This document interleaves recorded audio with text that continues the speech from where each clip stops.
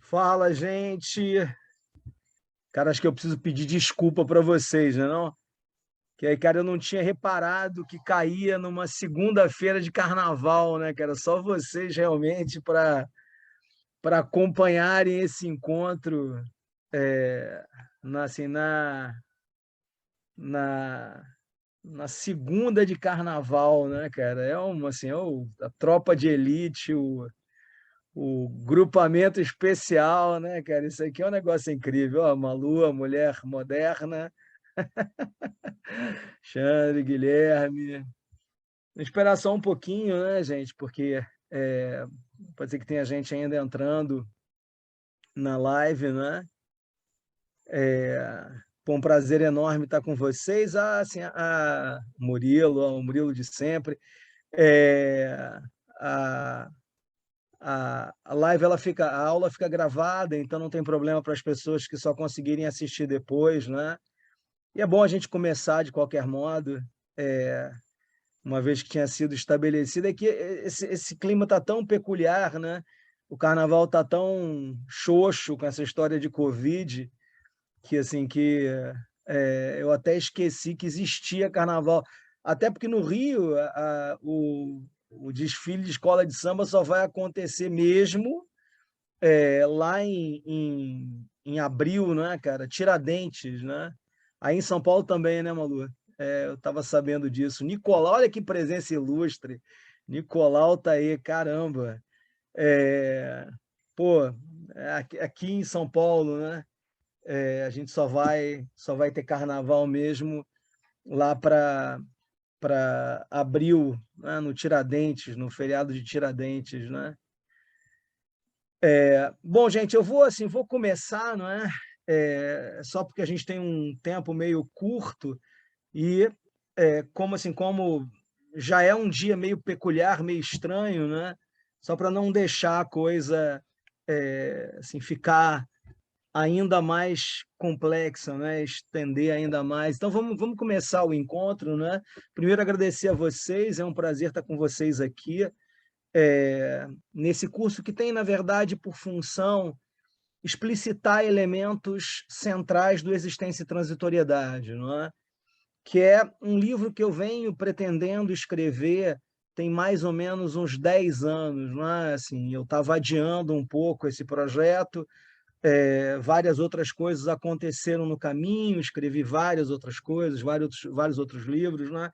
Mas eu vinha há muito tempo pensando em escrever um livro que tinha por função exatamente pensar o impacto, que era o impacto da, da compreensão fenomenológico e hermenêutica, antes de tudo heideggeriana, para o espaço de constituição da psicologia, da psiquiatria, da psicanálise, ou seja, acompanhar em que medida a compreensão do ente humano que ganhava corpo no interior do pensamento do Heidegger tinha como consequência uma transformação radical não apenas no modo de compreensão do sofrimento existencial, mas também na própria possibilidade de constituição do campo, que é o campo da psicologia.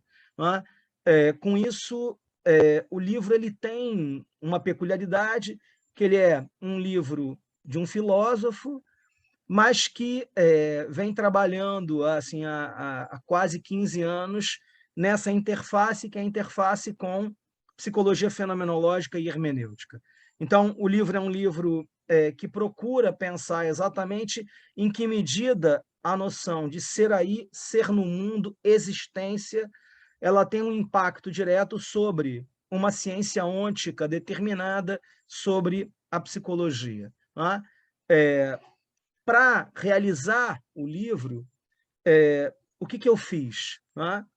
Bom, eu parti justamente desse tema que me parece ser um tema central, por mais que muito desconsiderado nas perspectivas psicológicas em geral, que toda psicologia, de um modo ou de outro, quando ela se inicia, ela opera com uma determinação do ser do ente humano.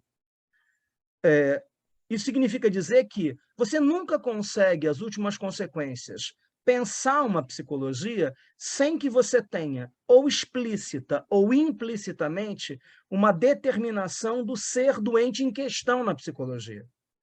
Isso pode acontecer de uma maneira implícita, por exemplo, na neurociência, que opera incessantemente com a pressuposição de que as experiências humanas, em geral, elas são sempre determinadas a partir das estruturas químico-físicas que estruturam as experiências cerebrais. Isso pode acontecer por meio de uma definição tácita própria psicanálise, por exemplo, que assume o ente humano como se o ente humano ele pudesse ser descrito a partir daquele conflito entre as faculdades pensadas agora na chave do aparelho psíquico. Isso pode acontecer a partir de uma definição do ente humano como estruturado por uma subjetividade dinâmica. Isso não importa. A questão fundamental é: toda e qualquer psicologia, quer saiba, quer não saiba, trabalha com alguma definição do ser doente em questão na psicologia. Bom, exatamente isso faz com que a psicologia, enquanto tal, possua uma certa relação de dependência na sua própria fundamentação com a antropologia filosófica. Ou seja, com essa disciplina da filosofia que procura exatamente mostrar que, antes de você colocar qualquer problema, qualquer questão filosófica em geral, você precisa necessariamente ter em vista o caráter desse ente central para todas as questões, o ente humano. Esse é o ponto. Né? Bom, mas tem um problema para nós aqui. E um problema por quê? Porque uma das características da fenomenologia em geral, antes de tudo, da fenomenologia hermenêutica heideggeriana, é que não se trabalha mais no âmbito do pensamento do Heidegger com a ideia de ente humano, com a ideia de ser humano, com a ideia de homem, em geral. E isso por quê? Porque o que caracteriza propriamente o pensamento heideggeriano na extensão do pensamento existencial é justamente o fato de que o Heidegger questiona a possibilidade de se continuar simplesmente operando com a noção de ente humano como animal racional, animal político, animal social, como ser vivo determinado por sinapses, etc. Sabe? O que está fundamentalmente em questão no interior da fenomenologia hermenêutica heideggeriana, e se nós olharmos com um pouco de atenção o que está em questão para um pensador como Nietzsche, como Kierkegaard, é um questionamento radical, é uma crítica radical à ideia mesma de antropos. E com isso a gente tem um problema adicional, que é, se por um lado toda e qualquer psicologia pressupõe uma antropologia filosófica, né? Isso é uma característica da psicologia, a própria antropologia filosófica parece colocada em questão, uma vez que a filosofia existencial, Kierkegaard, Nietzsche, Jasper, Sartre, e a fenomenologia hermenêutica heideggeriana estão colocando justamente em questão a possibilidade de se continuar operando com a noção de ente humano, no sentido que é o sentido de uma definição desse ente. Bom, isso, então, coloca as coisas um pouco mais embaralhadas. Ou seja, eu não consigo simplesmente instituir uma antropologia filosófica como base para a psicologia. Esse é o meu trabalho inicial, então. Se vocês olharem para o Existência e Transitoriedade, no tópico 1.1, o que ele tenta fazer, o livro? Ele tenta exatamente partir dessa questão, que é uma questão sem a qual, me parece, a psicologia não tem como se estabelecer senão sobre bases dogmáticas, sobre bases questionáveis, insustentáveis das últimas consequências. Enquanto você não tiver uma determinação propriamente dita do ente humano, O que você faz na psicologia está colocado em questão, está sub júdice. Por quê? Porque você não pode tratar de um ente sem que primeiro você tenha uma clareza quanto ao caráter propriamente dito desse ente. Só para dar um exemplo para vocês dos problemas que estão envolvidos aqui. É muito comum, mas muito comum, você escutar, por exemplo, as pessoas em contextos que são em contextos defensivos, elas dizerem coisas do tipo: mas a minha terapia funciona. Mas a minha terapia funciona. Funcionalidade é critério de máquina. Minha torradeira funciona, minha geladeira funciona, meu carro funciona, meu estômago funciona, meu intestino funciona, meu casamento funciona, minha terapia funciona. Sabe, será que eu posso dizer uma coisa como essa? Será que eu posso continuar operando com critério de funcionalidade quando o ente em questão não é um ente dotado de caráter de máquina? Esse é o tipo de problema que a gente tem quando a gente opera de maneira ingênua num campo sedimentado. Você sai por aí dizendo coisas, você sai por aí estabelecendo coisas, sem que você tenha muita clareza quanto aos fundamentos propriamente ditos disso que você faz. Então, a primeira parte do texto é uma tentativa de perguntar: qual é o modo de ser do ente humano? Qual é o modo de ser? Bom, essa pergunta ela é uma pergunta que aponta justamente na direção da posição de princípio antidogmática da fenomenologia. E esse é o meu ponto de partida fundamental. Ou seja, o que é fenomenologia antes de tudo? Fenomenologia é uma postura, um modo de relação com as coisas que se caracteriza justamente pela tentativa, ao menos, de suspender todo e qualquer pressuposto dogmático. Toda e qualquer teoria, se vocês quiserem. Não é? Então, o que aparece no interior da fenomenologia russeliana como consciência fenomenologicamente reduzida, e o que aparece, por exemplo, no pensamento do Heidegger, com a noção de existência, é justamente aquilo que sobra quando você suspende todos os posicionamentos em geral, todas as teorias em geral, todas as concepções. Vamos pegar um tema que é um tema heideggeriano fundamental. É muito comum na nossa tradição você pensar o ente humano a partir de um gênero supremo, animal, e uma diferença específica, racional, social, político, etc. Bom, mas será que nós somos animais? Será que nós temos realmente uma determinação genérica que torne possível para nós uma equiparação entre o ser do ente humano e o ser do animal? Bom, uma posição como essa é uma posição estabelecida, constituída na nossa tradição, uma posição sedimentada. Mas essa posição não tem fundamentação.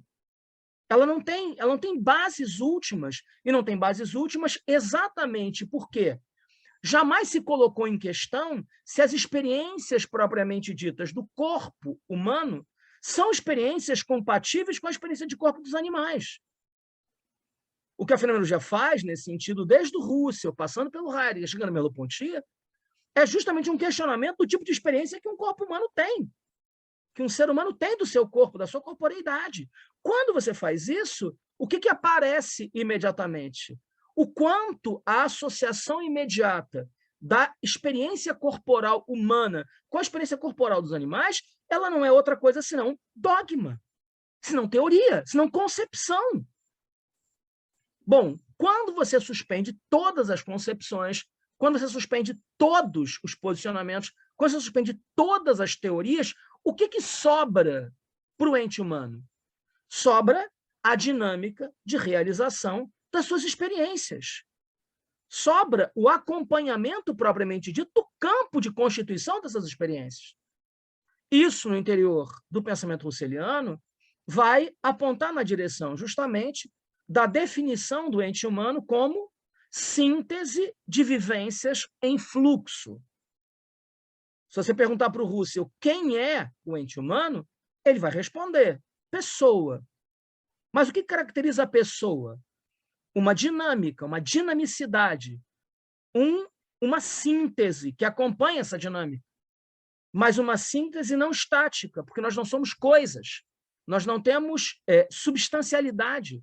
Nós não temos nenhuma determinação para além do campo de realização das nossas experiências propriamente ditas. Quando a gente acompanha a radicalização pela qual passa a fenomenologia do Husserl no interior do pensamento heideggeriano, o que a gente vai encontrar? Vai encontrar justamente a suspensão de uma ideia, de um quadro hermenêutico, no interior do qual ainda restava um certo resíduo dogmático, um certo resíduo de pressupostos, que é justamente a noção de consciência, de sujeito intencional, de atos de consciência. Quando você suspende, então, esse último lastro de dogmatismo, de pressuposto, de posicionamento, o que sobra?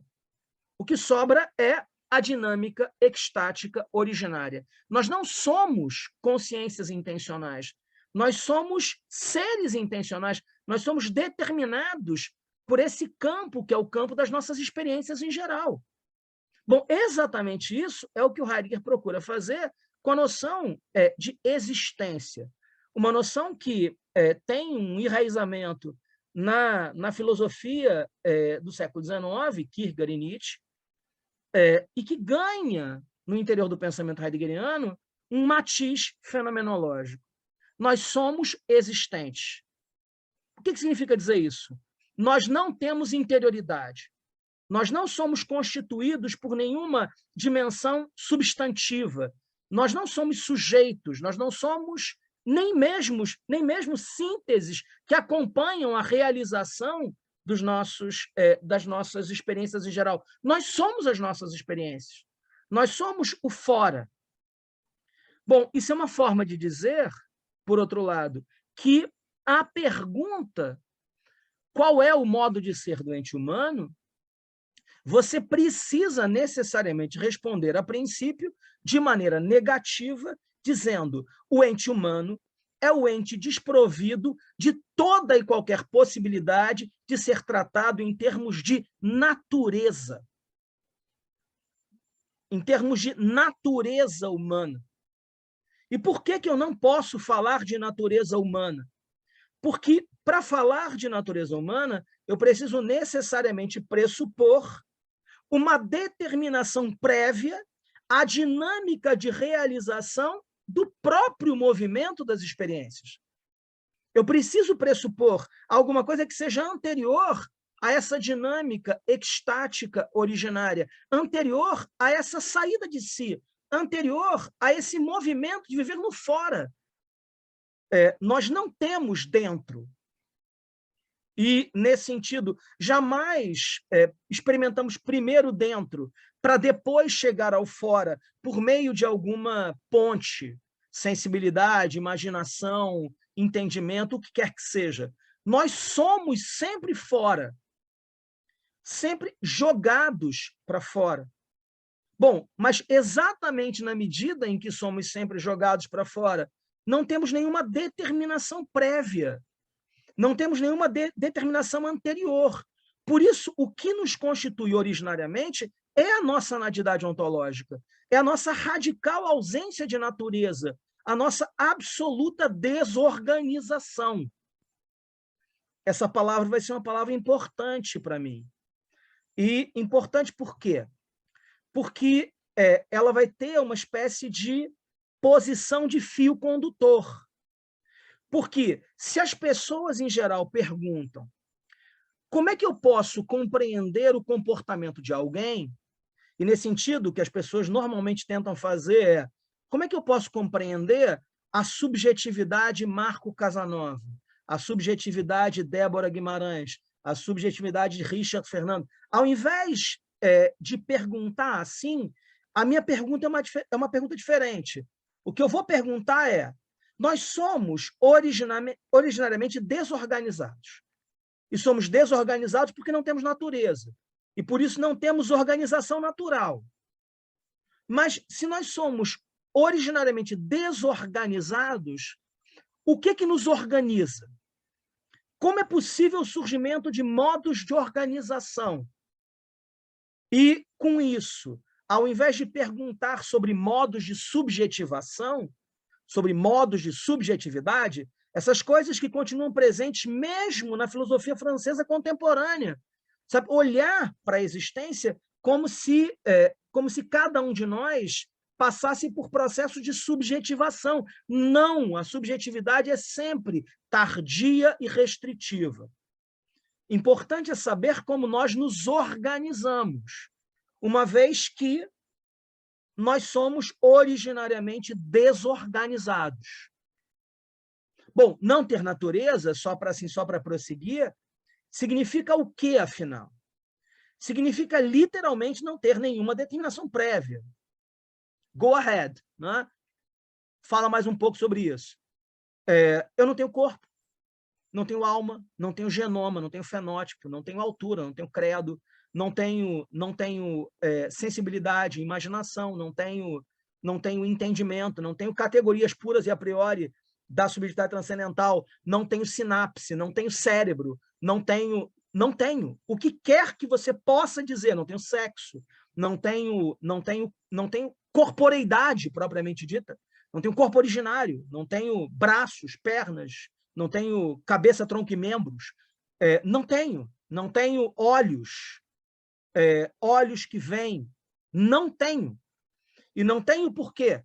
Porque eu não tenho nada originariamente, porque eu sou um ente desprovido de natureza. Bom, mas exatamente na medida em que eu sou desprovido de natureza, na medida em que para mim nada é natural, eu preciso entender, então, como é que eu consigo escapar dessa minha indeterminação ontológica originária. Esse vai ser a primeira grande pergunta. Né? Ou seja, se nós somos entes desorganizados, se nós somos completamente desprovidos de organização natural, de modos prévios de organização, como é que nós conseguimos alcançar padrões de comportamento? Como é que nós conseguimos responder a requisições? Como é que eu consigo, por exemplo, estar aqui com vocês nessa segunda-feira de carnaval, falando sobre um livro? Ou seja, como é que nós fazemos as coisas que fazemos? Né? Como é que vão surgindo modos de organização? Né?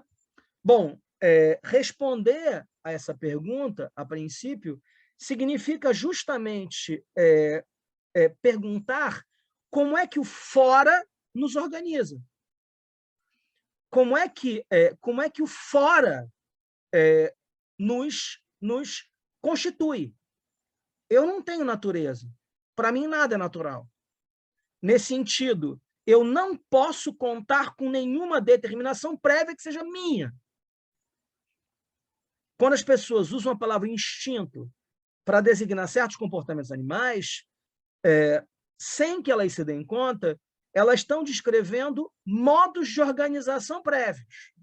Dizem que os patos, quando nascem, eles estão determinados a ver a primeira figura que apareça com mais de 17 centímetros como a mãe.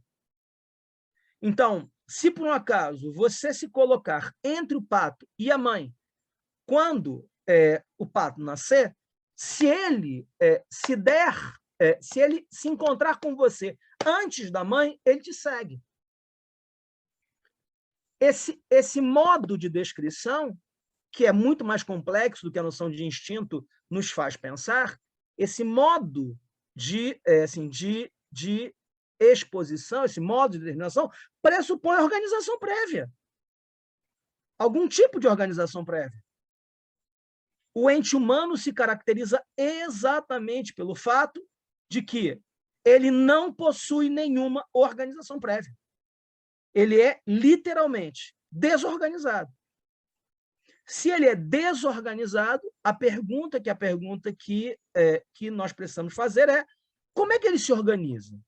Como é que surgem os modos que são os modos ditos normais? Como é que nós nos constituímos? Bom, Só para dizer uma coisa, Richard, eu tenho evitado de usar a palavra ser aí.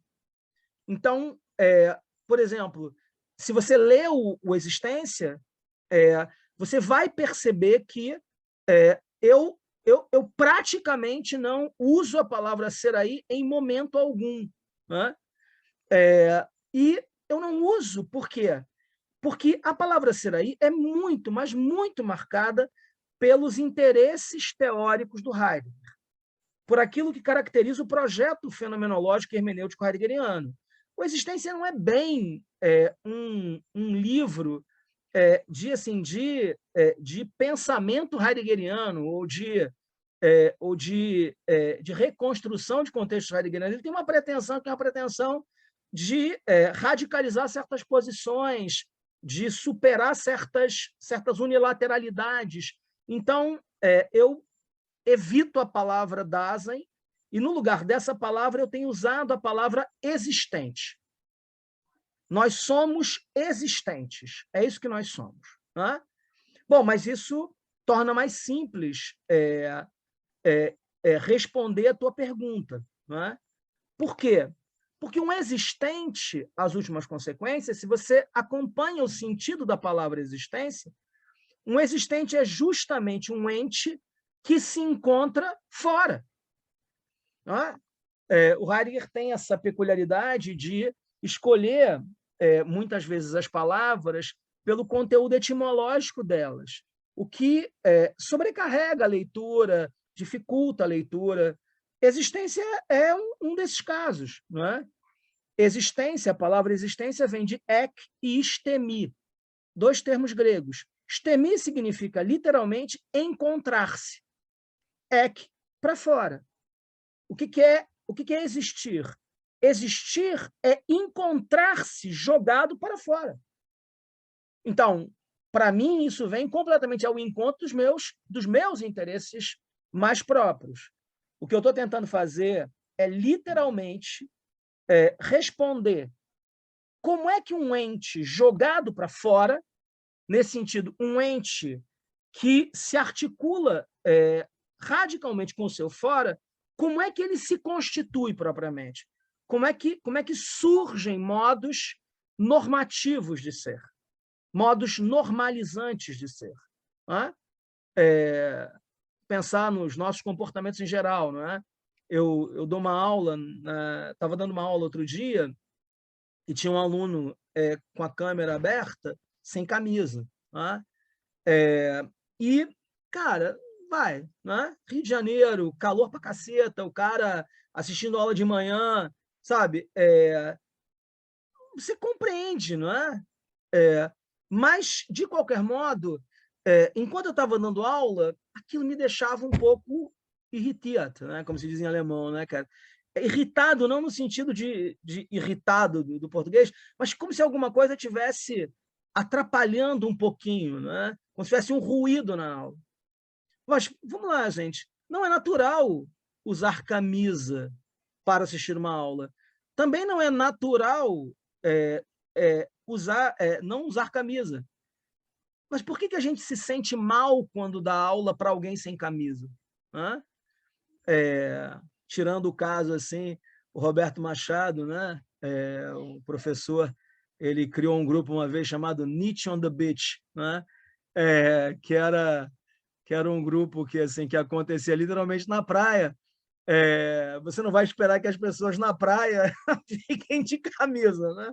Então, assim, se você vai fazer um Nietzsche on the Beach, mais do que natural que todas as pessoas estejam de sunga, sem camisa, né? Não faz muito sentido você fazer um Nietzsche on the Beach sem ao mesmo tempo contar com a mudança de protocolo, né?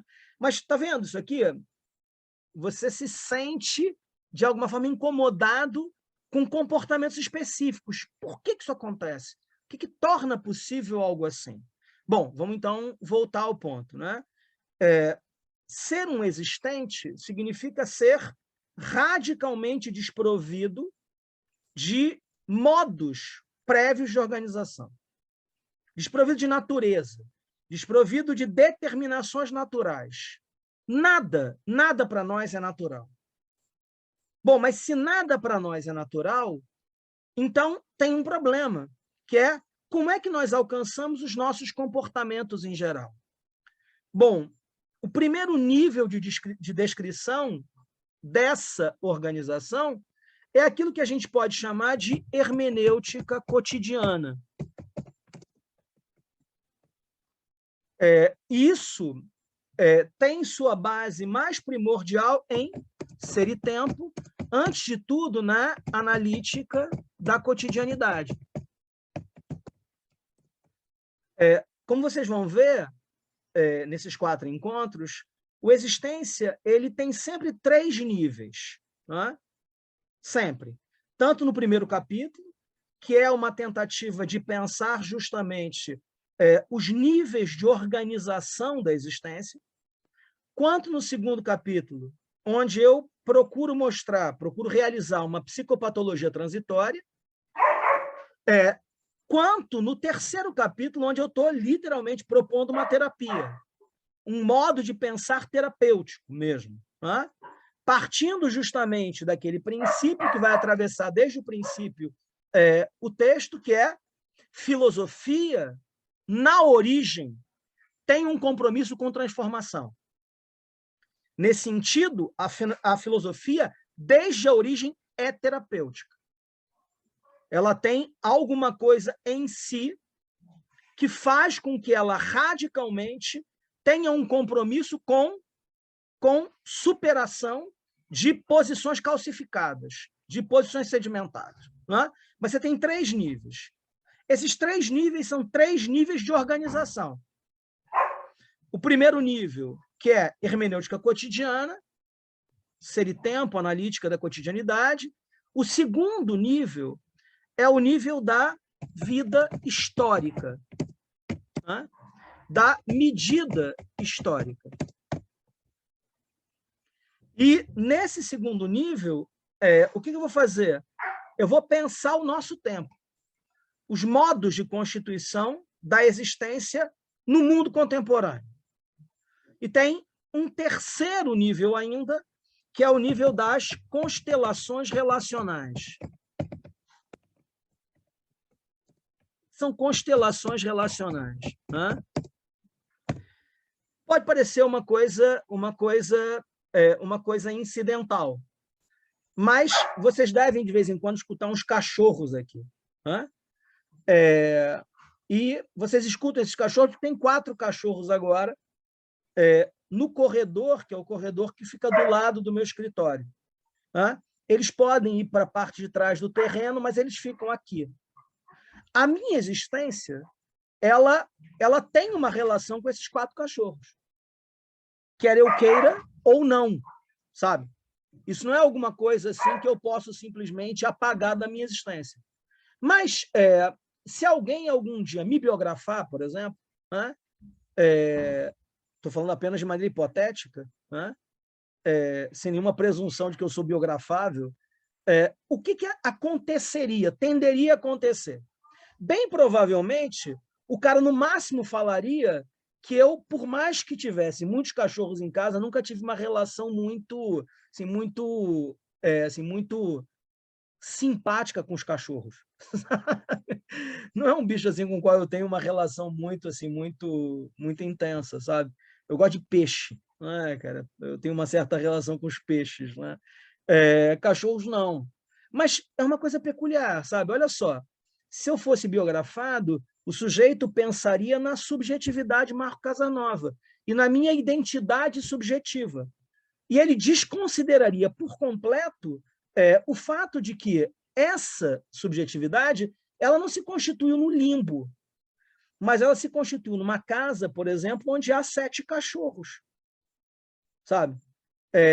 Numa casa onde há 17 gatos, numa casa onde os livros eles não cabem nas estantes e nesse sentido eles estão meio distribuídos aqui num certo momento, sabe-se lá como, né? Sabe, essas coisas que parecem extremamente secundárias, coisas como o que você comeu, o que você normalmente come, como você normalmente se veste, Vocês lembram do Blue Velvet, né? O momento que é o momento cantor, né? Sabe, Blue Velvet, this is the velvet of the night. Cara, eu tenho uma coisa com linho. Sabe, é uma coisa engraçada, assim, mas de uns tempos para cá, eu só compro camisa de linho, né? Isso é alguma coisa que praticamente ninguém diria de você. Casanova é aquele cara que só usa camisa de linho. No máximo, para você identificar um cara no meio de uma multidão. As constelações relacionais, elas são uma tentativa de mostrar como uma parte muito importante da nossa organização vem da estabilidade das coisas que acompanham a nossa organização. Então, isso que você chama de identidade, ela é o resultado da estabilidade de uma série de coisas que acontecem na sua vida. Você tenderia a achar que essas coisas são supérfluas, secundárias. Mas, se você tirar essas coisas, você tem outra pessoa. Né? Eu estava lendo um livro enquanto eu estava escrevendo, e quando eu li uma passagem desse livro, eu ri bastante, porque ela casava muito com uma coisa que eu vinha pensando. Né? O livro é o Kafka Beira-Mar, do Murakami, e no meio do Kafka Beira-Mar tem uma passagem onde o Murakami conta uma história sobre o Haydn, o compositor contemporâneo do Bach. E ele conta que, na verdade, não importava a hora do dia ou da noite em que o Haydn ele tivesse compondo, que ele, antes de compor, tinha que passar pó de arroz no rosto e colocar uma peruca. Isso é peculiar por quê? Porque, normalmente, um biógrafo jamais diria isso. Isso é anedótico. Né? É claro que o Haydn, o grande compositor, não era compositor porque ele tinha uma peruca, nem porque ele colocava pó de arroz no rosto. Mas tira o pó de arroz dele, tira a peruca e espera ver o que acontece. As nossas identidades são repletas de perucas, repletas de pó de arroz, repletas desses elementos que são absolutamente indispensáveis para que nós sejamos quem nós somos. Então, o livro ele se estrutura, ele tenta responder a essa pergunta: como é que um ente desorganizado, como é que um ente marcado por uma nadidade, um ente sem natureza, como é que ele se organiza? Como? Como é que ele se organiza? Como é que é possível organização? Bom, 3 níveis: organização cotidiana, organização histórica, organização constelacional. Qual é a multiplicidade de elementos em jogo na constituição desse que você é? Né? Olhando para a Annie Louise e para o seu colar. Né? Mas ninguém diria, Annie Louise, a moça do colar, né? Precisa de alguma coisa como o Vermeer para alguém virar a moça do brinco de pérola. Mas sabe, todos nós somos um pouco assim. Né? A moça do brinco de pérola, o homem da peruca, o rapaz dos óculos, etc. Bom, mas isso ainda não é suficiente para eu começar a descrever para vocês esses âmbitos. E por quê? Porque quando eu falei de organização cotidiana, organização histórica, organização constelacional, eu ainda não explicitei para vocês um elemento que para mim é muito central, que é como é que o cotidiano, a vida histórica e as constelações se organizam. Bom, vamos pensar como eu tentei pensar. Né? Cara, a gente está tão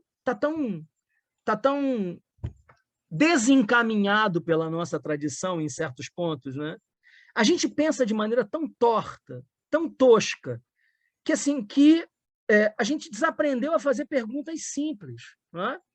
Quando alguém faz merda, sabe? Quando um filho faz uma coisa que não devia fazer, você pergunta assim para ele: o que te deu na cabeça?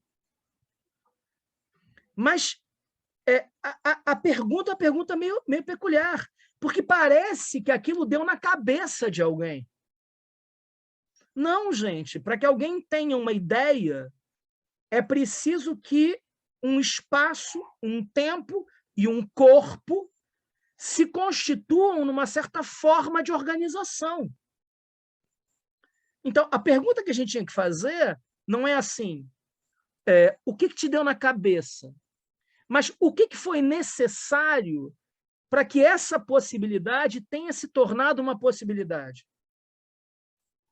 Bom, e o que eu estou tentando mostrar para vocês é, se vocês colocarem a pergunta assim, ao invés de perguntarem o que levou alguém a agir de um modo específico, você tem que perguntar como é que se organiza o espaço, o tempo e o corpo desse alguém para que uma ação como essa seja possível.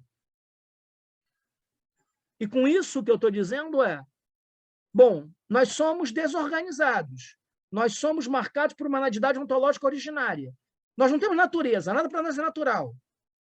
Bom, nesse sentido, nós precisamos que o fora nos organize. O fora nos organiza em 3 dimensões: cotidiano, vida histórica, história, constelações relacionais. Mas as próprias organizações, no âmbito de cada um desses níveis, elas obedecem a esses 3 elementos, sem os quais não é possível pensar nenhuma ação humana em geral: espaço, tempo e corpo. Sabe, é como se eu precisasse perguntar assim, o que tornou possível para Maíra ter um corpo a tal ponto organizado que ela, ao acompanhar atentamente uma aula, ela colocasse o punho no queixo, né? Assim, com um dedo assim, na bochecha. Sabe, o que tornou possível esse modo de organização corporal? Esse é o ponto.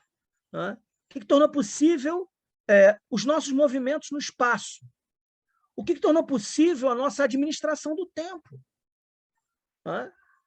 Então, a coisa não é simplesmente assim. Eu sou desorganizado, o cotidiano me organiza, a vida histórica me organiza, as constelações me organizam. Mas cada uma dessas dimensões tem uma relação com o espaço, o tempo e o corpo sob formas de organização. Então, toda a questão cada um desses âmbitos se divide justamente em modos de organização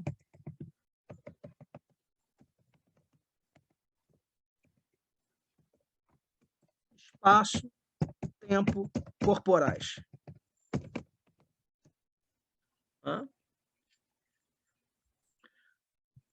Ou seja, se você quiser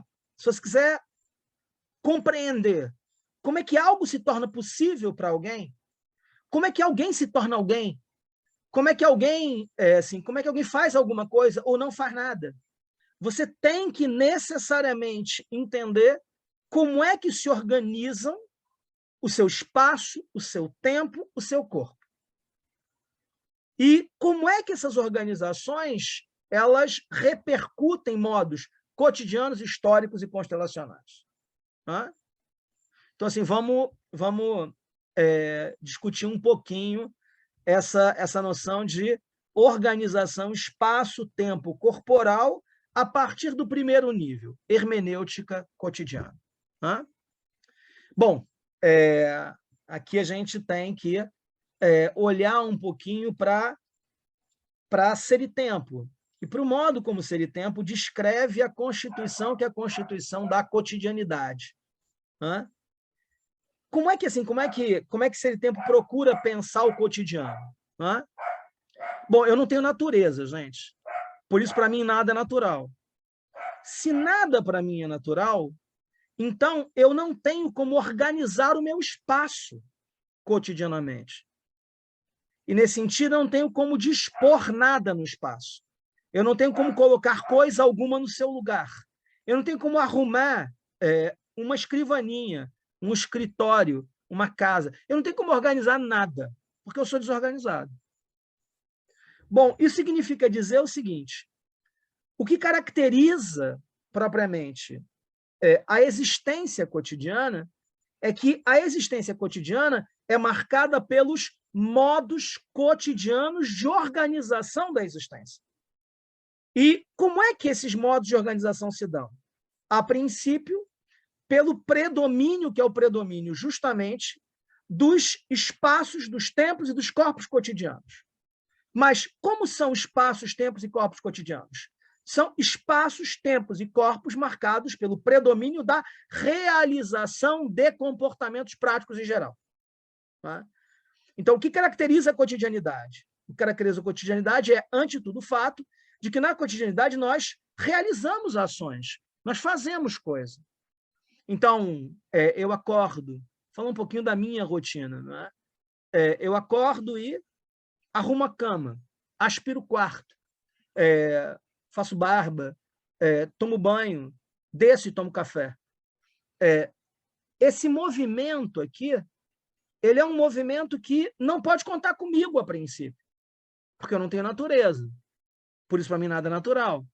Então, eu não tenho como naturalmente me levantar e arrumar a cama. Eu não tenho como me levantar e, em seguida, depois de arrumar a cama, aspirar o quarto. Eu não tenho como. Bom, se eu não tenho como fazer isso, então, como é que se torna possível para mim alguma coisa como a resposta normal a um contexto, que é um contexto de uso como um quarto? Bom, isso só pode acontecer porque o quarto não é determinado por nós. Não somos nós que dizemos como se estrutura um quarto, como se estrutura um escritório, como se estrutura uma cozinha, uma sala, um movimento na rua, o que quer que seja. Mas existe claramente uma predominância, um predomínio dos espaços que são os espaços cotidianos de realização das nossas ações.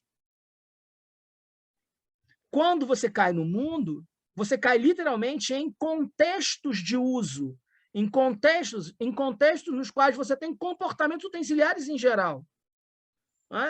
Um bebê, ele vai ter uma colherzinha de plástico e um pratinho de plástico para comer. Mas aquilo ali é literalmente um campo de uso no qual ele vai, aos poucos, aprendendo a responder às requisições daquele pratinho daquela colher. Aquele pratinho, aquela colher, eles têm uma prevalência, uma antecedência em relação aos comportamentos do bebê. Assim como no meu escritório, as estantes têm uma prevalência em relação aos meus comportamentos em geral. Isso é uma outra forma de você dizer que o que você realiza no espaço, cotidianamente, você não realiza a partir de alguma coisa como a tua inteligência individual, a tua competência individual. Essa competência é muito mais marcada pela tua capacidade de responder na situação aquilo que é requisitado pela situação. É ela que diz para você o que você tem que fazer e como você tem que fazer. Dito de outro modo, o que caracteriza propriamente a cotidianidade é que a cotidianidade ela abre para nós contextos de uso nos quais, então, nós radicalmente aprendemos quais os comportamentos ditos normais. E, por isso, esses contextos de uso, eles têm um poder normalizante e normatizante sobre nós. Isso aqui é uma coisa que vai dessas junto com a noção de organização, né? Organizações cotidianas nunca são simplesmente indicações. Mundo cotidiano é norma e normalidade. Porque o mundo, literalmente, ele indica para nós como nós devemos nos comportar. Como o comportamento precisa se constituir. Isso é uma outra forma de dizer que o movimento inicial da existência é um movimento de submissão da existência à violência identitária do mundo. Mundo é violência. E mundo é violência exatamente na medida em que mundo é normalização. Normalização de comportamentos em geral. Normatização de comportamentos em geral. Se deixar absorver no mundo significa literalmente aprender como você deve se comportar, não como você pode se comportar apenas. Quando eu estava comentando o episódio lá do aluno sem camisa, completamente irrelevante, gente. Eu não falei nada para ele, não falaria. Mas quando aconteceu aquilo, a minha dificuldade de simplesmente continuar, por mais que eu tenha feito isso, é a dificuldade de me distanciar dessas orientações normativas e normalizantes. O mundo é norma, normatividade. Ele diz para nós como nós precisamos nos constituir. E, nesse sentido, o que caracteriza, a princípio, o mundo é que a dinâmica inicial da existência ela possui uma correlação com a absorção do existente no mundo, uma absorção que produz, ao mesmo tempo, o surgimento, que é o surgimento de espaços no interior dos quais nós incessantemente nos comportamos como esses espaços, de antemão, indicam de maneira normativa e normalizante como nós precisamos nos comportar. Então, o que eu faço cotidianamente não é definido por mim, mas, ao contrário, é determinado pela constituição prévia do espaço de realização das minhas ações em geral. Alguém podia chegar e dizer assim, não, mas eu posso ser médico, ou filósofo, eu posso ser historiador ou engenheiro. Essas diferenças, cotidianamente, como elas apontam única e exclusivamente para modulações de projetos cotidianos, desculpa, gente, algumas coisas vão ter que ficar um pouco soterradas, porque eu não tenho como explicitar aqui em 4 horas assim, um texto de 600 páginas, né? Não tem muito jeito. Né? Você tem sentidos cotidianos que mobilizam vocês, cada um de nós, para campos específicos de realização das suas ações. Mas, cotidianamente, isso não altera o que acontece em cada um desses campos. Se você é médico ou engenheiro, se você é filósofo ou historiador, a princípio, isso não altera o fato de que você existe sob o domínio das orientações normalizantes e normatizantes.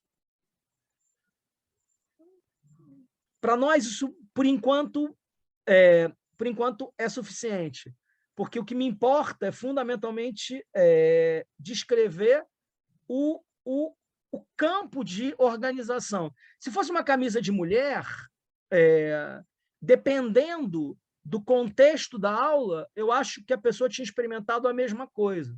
Né? Isso vai depender da sensibilidade que você tem ou não tem para um mundo que é um mundo que já traz consigo na sua cotidianidade uma experiência que é uma experiência dia sim dia, uma sexualidade que é uma sexualidade não reprimida, não contida no limite binário das experiências tradicionais. Não é? Ou seja, então, assim, na minha aula, se isso acontecesse, não teria tido nenhum problema. Eu também não tive problema no outro, mas eu não teria tido nenhuma sensação de estranhamento. Mas tenho certeza, por exemplo, que se você estivesse numa aula da engenharia, por exemplo, né? Com um professor de direita, assim, conservador, queria ficar completamente transtornado, completamente incomodado com a presença, de alguém cross-dressing, por exemplo. Né?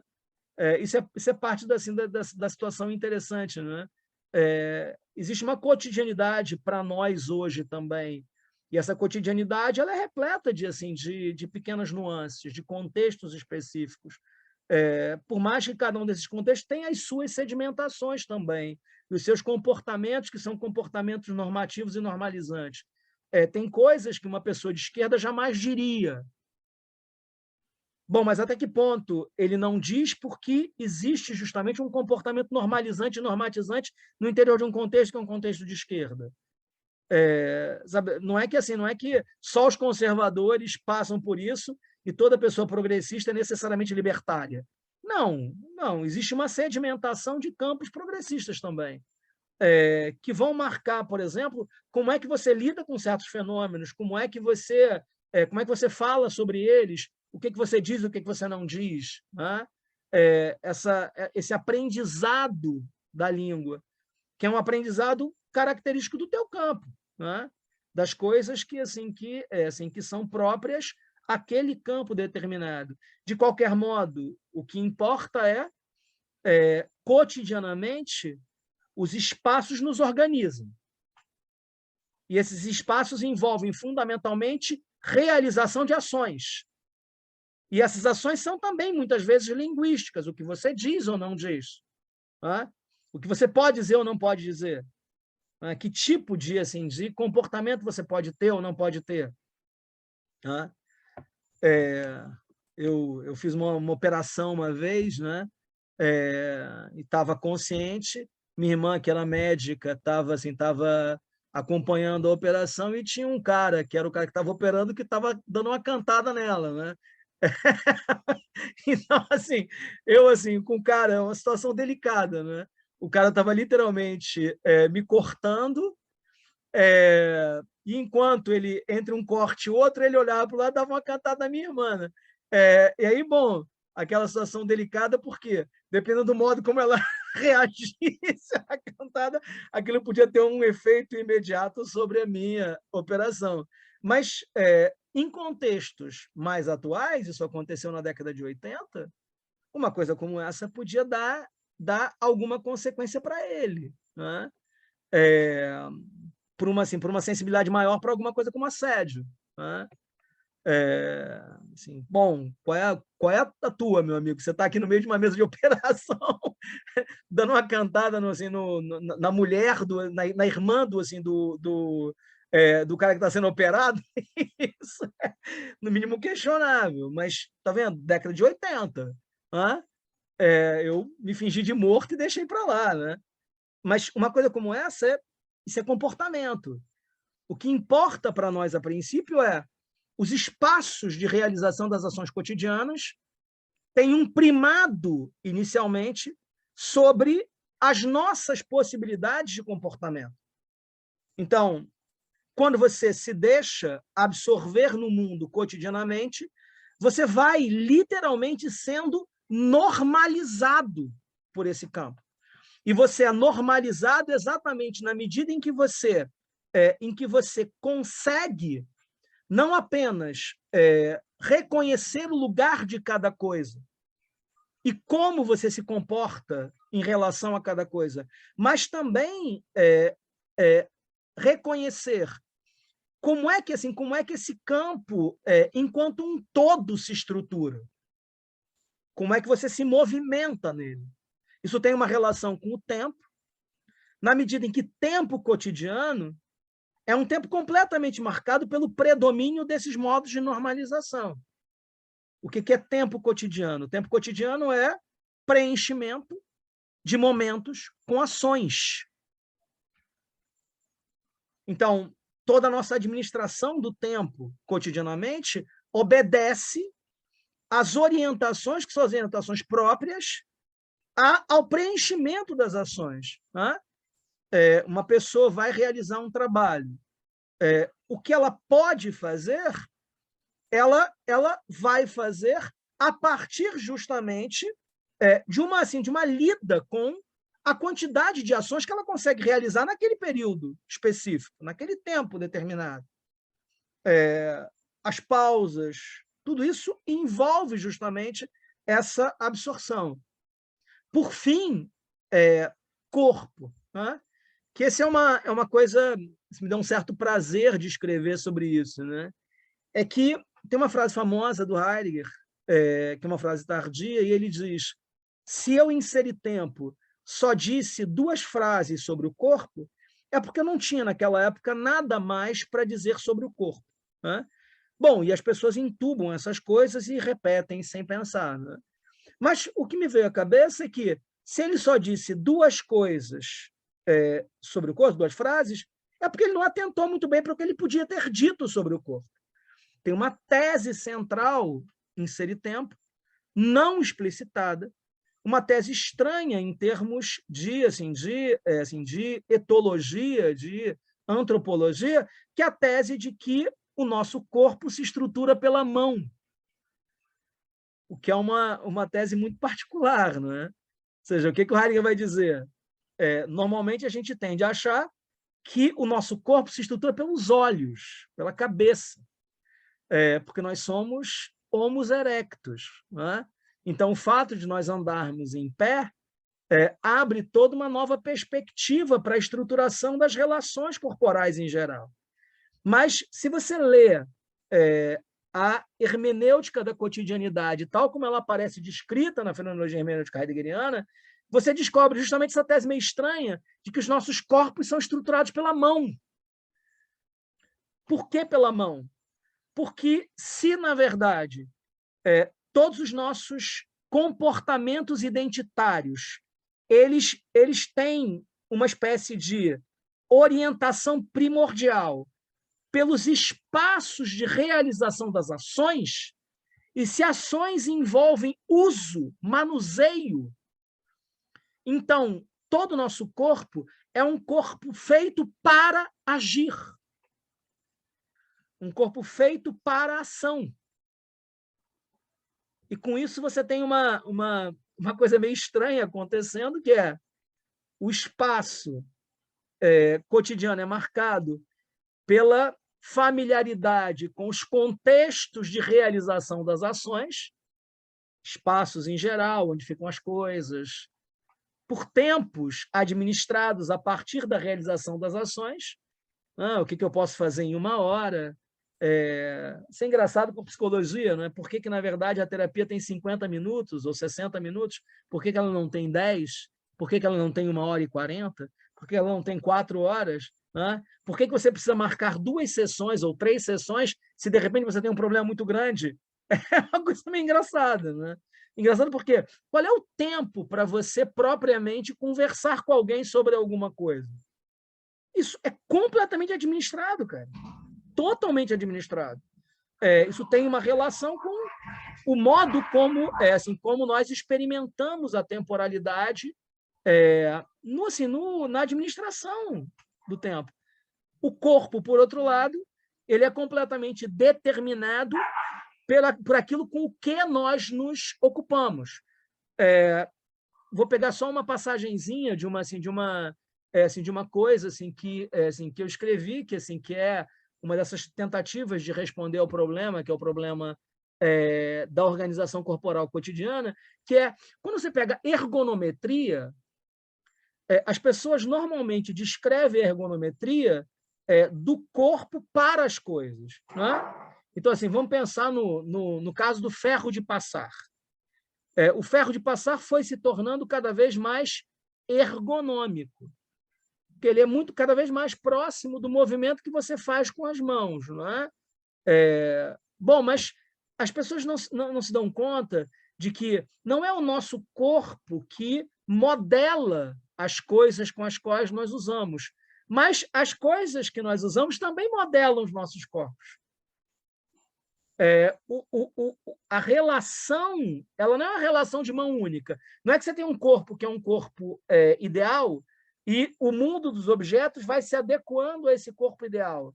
Mas, ao contrário, o corpo ele também vai acompanhando aquilo que é requisitado pelos utensílios com os quais ele se relaciona, com os quais ele usa, com os quais ele lida. Vamos pegar o exemplo da minha geração, por exemplo, né? Da geração do Richard, da geração de algumas outras pessoas. Né? A minha geração é uma geração que não tem a requisição de movimentos suaves com a mão. Sabe, a gente não tinha tela touch, isso é uma coisa assim que aparece há pouco tempo. Bom, a tendência é que o teu corpo tenha mais dificuldade de lidar com telas, que são telas que dependem de um movimento corporal mais suave. A dificuldade que as pessoas têm, as pessoas mais velhas, com caixa eletrônico. Não é uma dificuldade intelectual, é uma dificuldade corporal, é aptidão corporal. Corpos também são completamente determinados pelas coisas com as quais os corpos se relacionam, por aquilo com que os corpos entram em contato.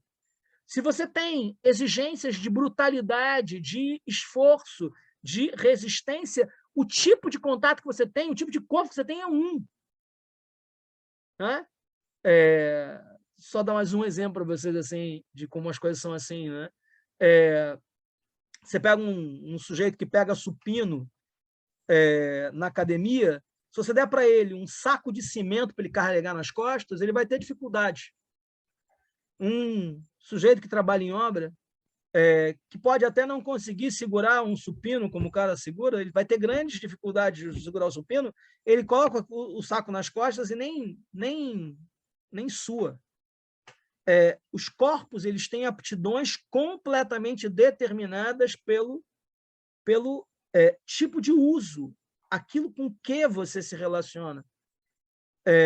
Toda a questão, então, o cotidiano nos organiza, a princípio, a partir de espaços que são marcados exatamente pela sedimentação dos lugares e dos usos. E esses lugares e usos são constituídos por tradição encurtada. Não vou ter como falar sobre isso com vocês mais, assim, né? Que esses espaços não surgiram do nada, né, gente? Vamos combinar, né? Mas esses espaços surgiram de uma certa tradição na qual certos movimentos foram se constituindo, se estabelecendo, se determinando. Né? Tempos marcados por uma certa administração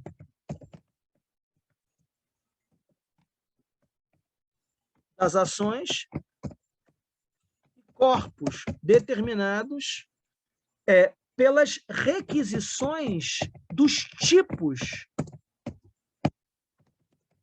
de utensílios.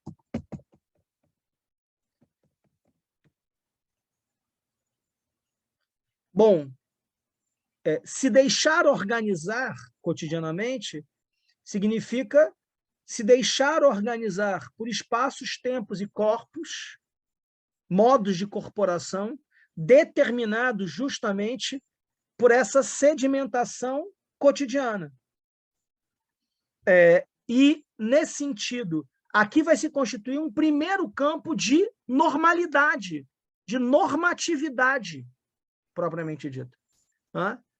Eu vou falar para vocês da próxima vez sobre os outros dois níveis, para a gente entender como é que se constitui identidade. Identidade. Eu tenho meus tempos, eu tenho meus movimentos no espaço, eu tenho as coisas com as quais eu preferencialmente lido. Livro, computador, cadeira, os modos de ser são normalizados e normatizados pelo cotidiano, a princípio. Por mais que isso não tenha nenhum caráter completamente repetitivo, necessariamente. Tem que ter uma certa estabilidade nesses espaços, nesses tempos, nesses corpos. Se esses espaços se alteram, se desorganizam, alguma coisa estranha acontece com a gente. Um pouco o que aconteceu na pandemia, as pessoas deprimiram, outros ficaram ansiosos. Mas isso acontece por quê? Não é apenas porque o cara não consegue mais sair de casa, porque ele tem que finalmente viver com a mulher com quem ele está casado, porque ele não aguenta os filhos. Não é só por isso. É porque o cotidiano como um todo se desestrutura nos espaços, nos tempos e nos modos de ser corporais, né? O cotidiano ele é caracterizado literalmente por modos de organização, que tem um impacto enorme sobre a nossa identidade cotidiana, né? A gente está perguntando, professor, por ser afirmado que pobreza, injustiça social, diversas formas de violências sociais da nossa sociedade são organizadas pelo mundo de maneira espaço-tempo corporal. Cara, sabe, é uma discussão que, normalmente, as pessoas elas não têm, não é? Que é quando você pega a noção de racismo estrutural, por exemplo, né? Que é uma noção completamente em voga hoje, né? Mas a pergunta que a gente tem que fazer é o que há de estrutural nesse racismo? O que há de estrutural nesse racismo? Né? Foi alguma coisa assim que eu não comentei com vocês, não é? Que é uma espécie de elemento central do meu modo de ler as coisas, não é? Que o que a gente tem que perguntar é como é que se dão os processos de fenomenologização dos fenômenos, né? Para quê? Para você perceber que o decisivo nunca é como alguém se porta, mas como as coisas aparecem. Ou seja, como é que as coisas se mostram. Você pode ter uma pessoa que assim que tenha ojeriza ao racismo, que acha o racismo alguma coisa extremamente abjeta, absurda, deplorável.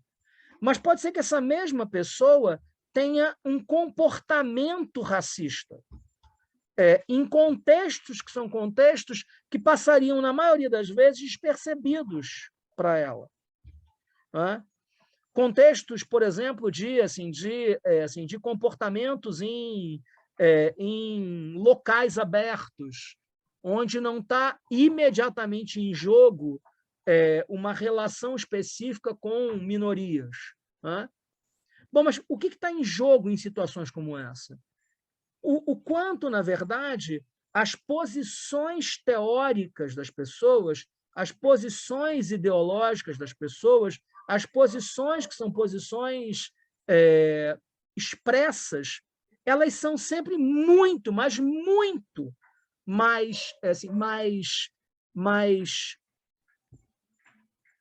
brandas do que aquilo que está na base dessas posições, que são os modos de constituição dos fenômenos no espaço de realização dessas posições ideológicas.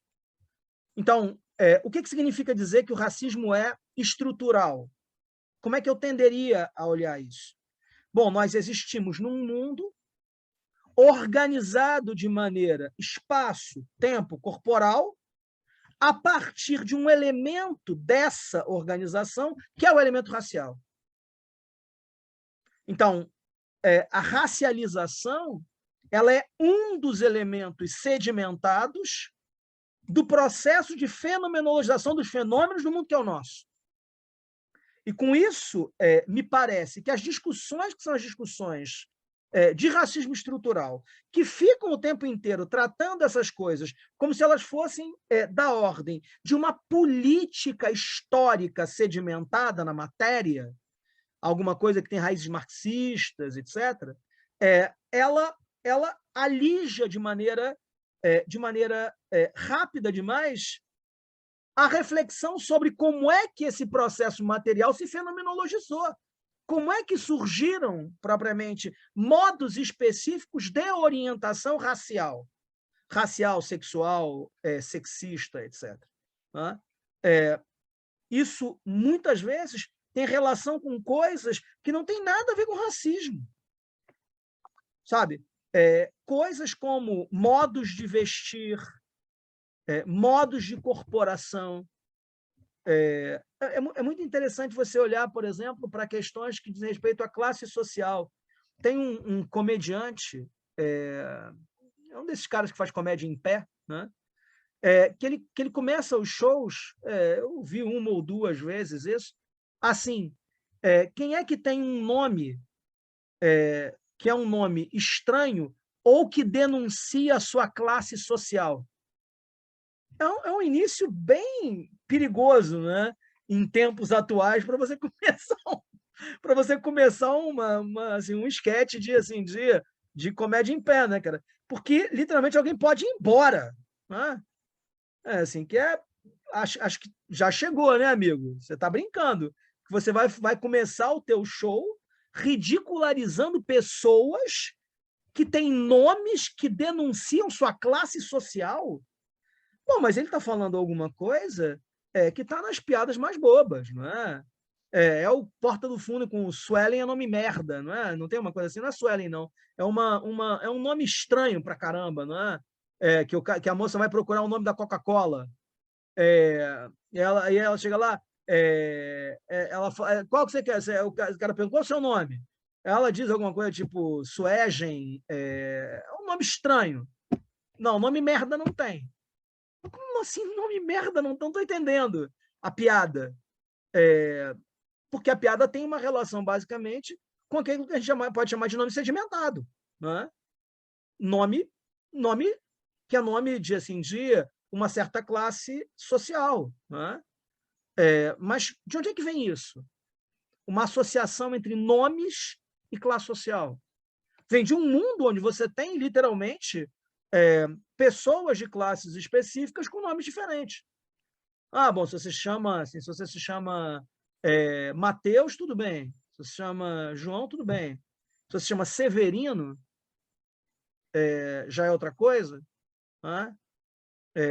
Se você tem um nome, mas tudo isso, o problema não está na pessoa ser, de alguma forma, esclarecida para que ela não faça piadas assim.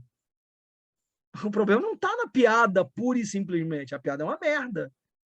O problema está em outro lugar. O problema está num mundo onde você tem, literalmente, nomes que são estigmas de posições sociais.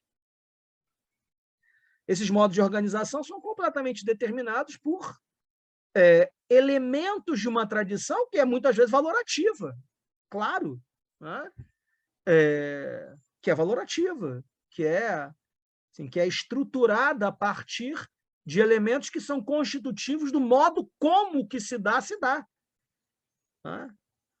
E isso é sempre mais radical do que a simples possibilidade de você chegar para alguém e dizer, cara, racismo é uma abjeção, racismo é uma loucura, racismo é uma posição completamente insustentável, mas o que está em jogo é um mundo estruturado, organizado a partir de elementos de racialização, elementos de sexualização, elementos de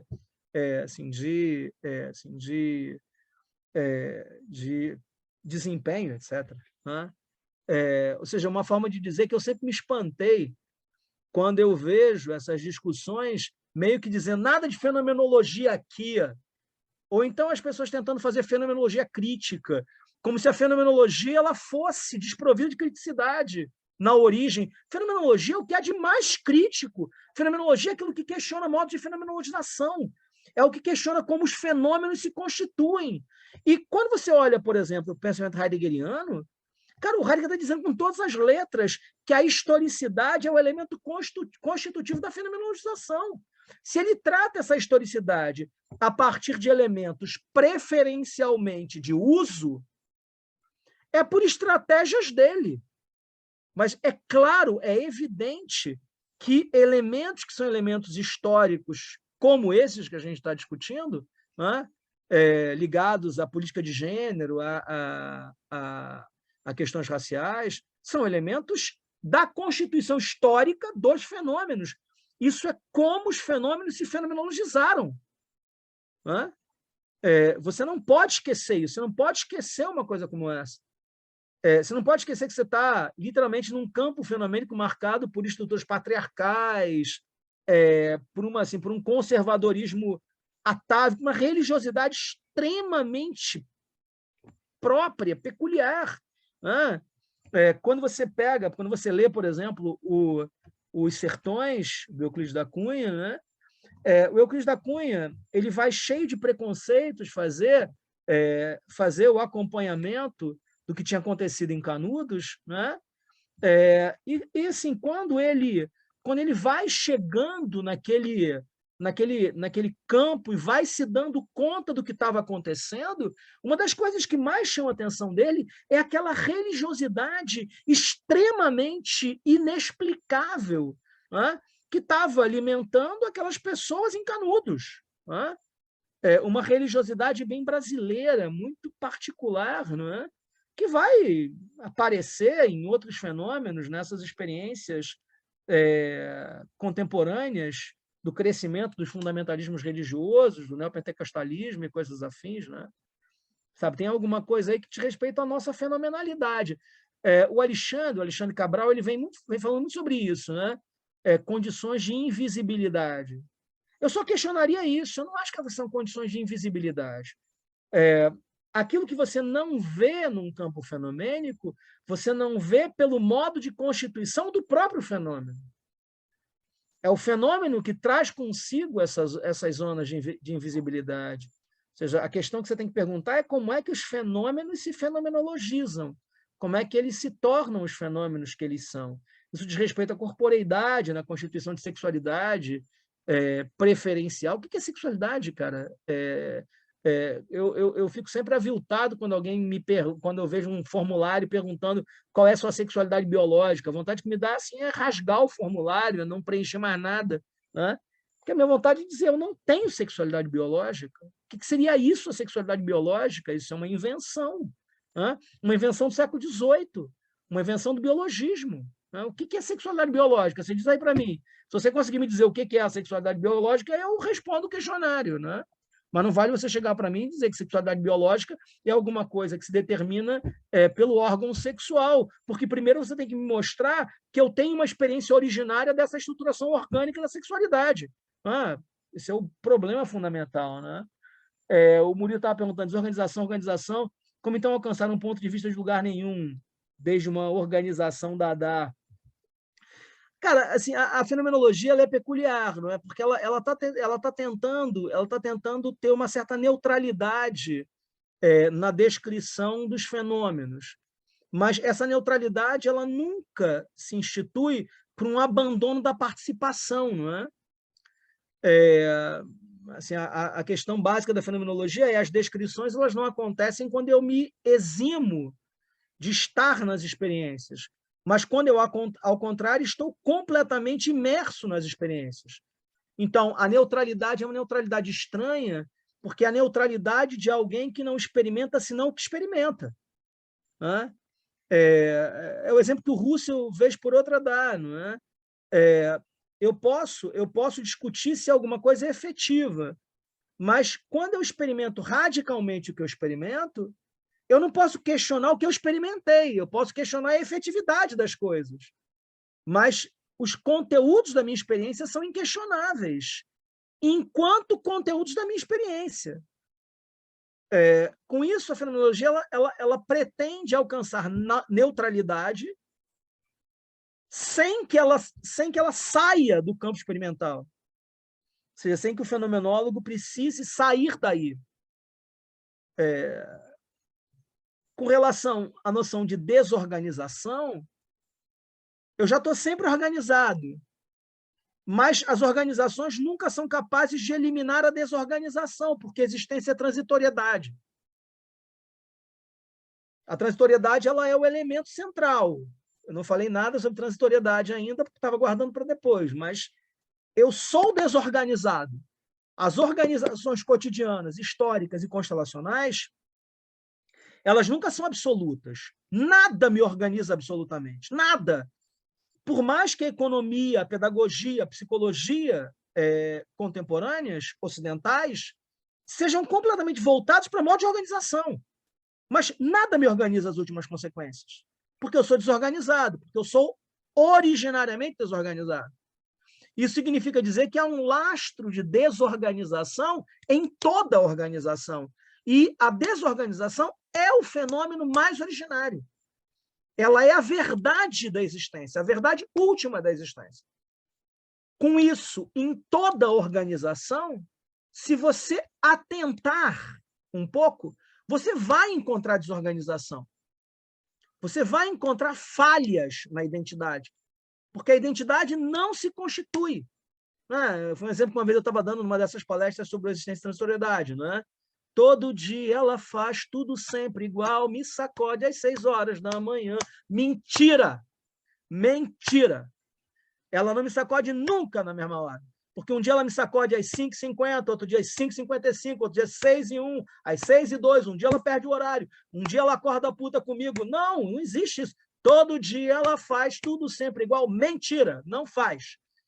Porque ninguém faz todo dia tudo sempre igual. Porque a rotina, o cotidiano, ele trafega nesses espaços de organização que estão o tempo inteiro dando para nós a sensação de que essa organização é natural. Mas isso não é natural, isso é naturalizado. Não tem nada de natural. As últimas consequências, a identidade é fenômeno derivado. Originariamente, impera a transitoriedade. Impera diferença, nadidade, desterro. Impera exílio. Exílio não é uma boa palavra porque parece que tem pátria, né? Desterro, estrangeiridade, estranheza. Nós somos estranhos em tudo que fazemos, em tudo que somos. E, com isso, a organização ela é uma pista falsa, em torno da qual as pessoas, em geral, constroem suas existências. Né?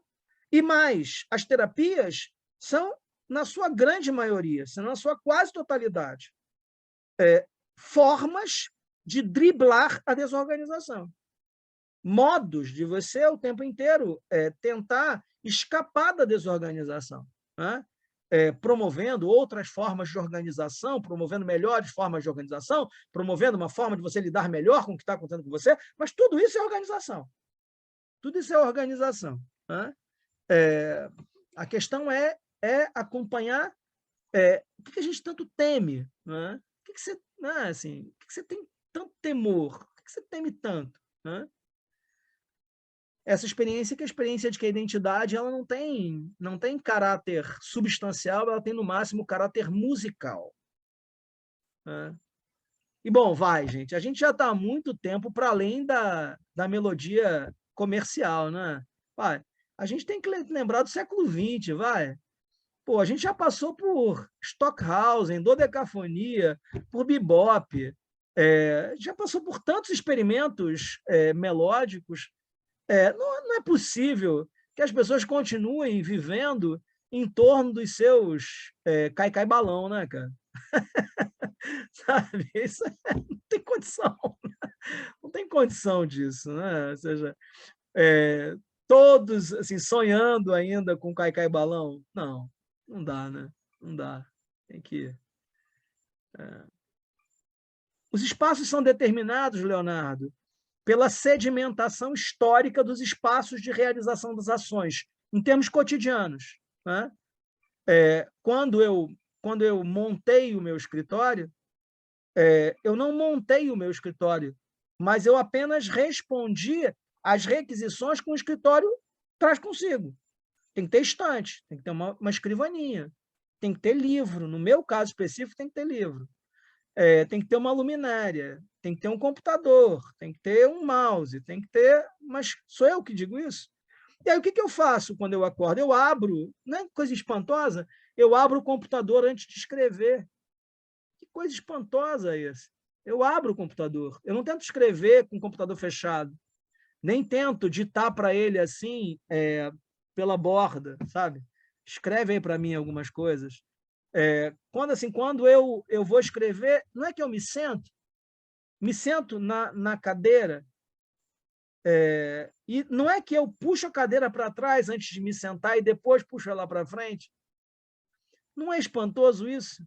Que assim que eu pegue o mouse assim, e clique nele, não fique de alguma forma fazendo abracadabra, sim salabim dum dum, outras fórmulas mágicas. Que eu me vista colocando os meus braços por dentro das mangas, não é? Não é espantoso isso? A gente tem que lembrar, cara, espanto na filosofia tem nada a ver com coisas grandes, né? Tem nada a ver com você ir até o Niagara Falls, sabe? Para você se espantar. Não tem nada a ver com, assim, com você visitar os Budas de Bamiyan. Espanto na filosofia tem a ver com isso, né? Coisa estranha, né? Eu pego a camisa e coloco os braços nas mangas, né? Que coisa estranha. Que coisa estranha. Eu me levanto e calço o meu chinelo, coloco o meu chinelo. Coisa estranha. Eu abro a porta, pegando na maçaneta. Coisa doida, né? Não procura atravessar com um golpe de Kung Fu, né? São todas coisas muito estranhas, né? Essa estranheza somos nós. Gente, pô, acho que foi isso, né, cara? A gente conseguiu a façanha de, na segunda-feira de carnaval, passar meia hora, né? Aqui, o tempo, tá vendo? Tempo administrado. Isso é o que a gente podia chamar de tempo mal administrado, né? Você administrou mal o tempo e, ao invés de falar uma hora, falou 1h30, né? Mas foi um prazer ter estado com vocês aqui. Eu espero que vocês gostem do Existência, que vocês possam se nutrir dele. Os livros não nos pertencem, né, gente? Os livros são construídos pelos outros. É isso que sabe todos aqueles que escutaram alguma coisa do Gadamer, né? Os livros são construídos pela recepção, né? Então, eu espero por vocês, né? Segunda que vem, estou aqui, no outro nível, né? Alcoólico, pelo menos. Não, brincadeira, não bebi hoje, não. Mas, assim, semana que vem eu estou aqui já, assim, no outro espírito, porque já vai ter sido carnaval. Se a gente ainda tiver mundo na próxima segunda-feira, né, cara? Porque o problema é das subjetividades, né? Estão todos... Eu fiquei pensando muito nisso, né? Uma última reflexão antes de ir embora, né? A quantidade de coisas pérfidas que já foram produzidas no mundo em nome desses grandes ideais, né? Temos que defender o povo russo, né? Coisa maluca, né, cara? Povo, né? O cara, para defender o povo, ele mata pessoas, né? É uma coisa assim que eu nunca vou conseguir entender, gente, sabe? Que uma menina de 7 anos possa morrer dentro de um carro com os pais para que alguém defenda um povo, um Estado. É uma coisa maluca, né? Vocês sabem que, assim, que a política dos Estados nacionais ela alcançou o seu ápice em Auschwitz, né? Auschwitz é isso, gente. Auschwitz é um Estado defendendo os interesses do seu povo e, por isso, matando 6 milhões de pessoas, né? Auschwitz é o auge da política nacional. O auge, sabe? É incrível que a gente não consiga pensar nas pessoas, só consiga pensar em termos de geopolítica. É um negócio assim engraçado, né? Geopolítica, né? Os interesses dos americanos. Mas de qual americano? Os interesses dos russos. Mas de quais russos em específico? Os interesses do Brasil. A gente está nisso, está no meio disso, né? No meio dessa maluquice toda, né? Me dá uma raiva toda vez que eu vejo uma bandeira do Brasil hoje em dia. A minha vontade, literalmente, é dar assim, pegar assim, um grafite vermelho assim, lá, né, cara? Vontade que me dá toda vez que eu vejo uma bandeira, assim, me dá uma raiva. Assim, todo lugar que tem uma bandeira, me dá uma raiva daquilo, né? Horrível, né? Não é só porque essa bandeira é uma merda, ordem e progresso, vai. Tanta coisa para escrever numa bandeira. Ninguém escreve. Ninguém nunca escreveu nada em bandeira. Só nós. E aí botam essas duas palavras horríveis, ordem e progresso. Mas vai lá. Não é só por isso. É que bandeira tem a ver com povo, nação. As pessoas importam, gente. As pessoas. Uma pessoa importa. Mas todas as vezes que a gente fala disso, o gigante, o Brasil, é maluca, não é? Não, cara, eu não conheço o Brasil, eu não conheço uns brasileiros. Né? Não conheço todos. Conheço alguns com, assim, com peculiaridades, com anseios, sonhos, mas essa coisa maluca, né, de uma tradição construída em torno do universal, né? Uma tradição literalmente católica, né? Construída a partir de universalidade. E nós sofremos com isso. Nós sofremos com isso. Louco. Mas não há de ser nada.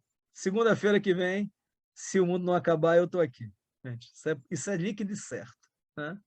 Tchau, gente. Feliz carnaval para vocês, o restinho que ainda temos. Né? E é isso. Já falta menos um dia. Né? Tchau, gente.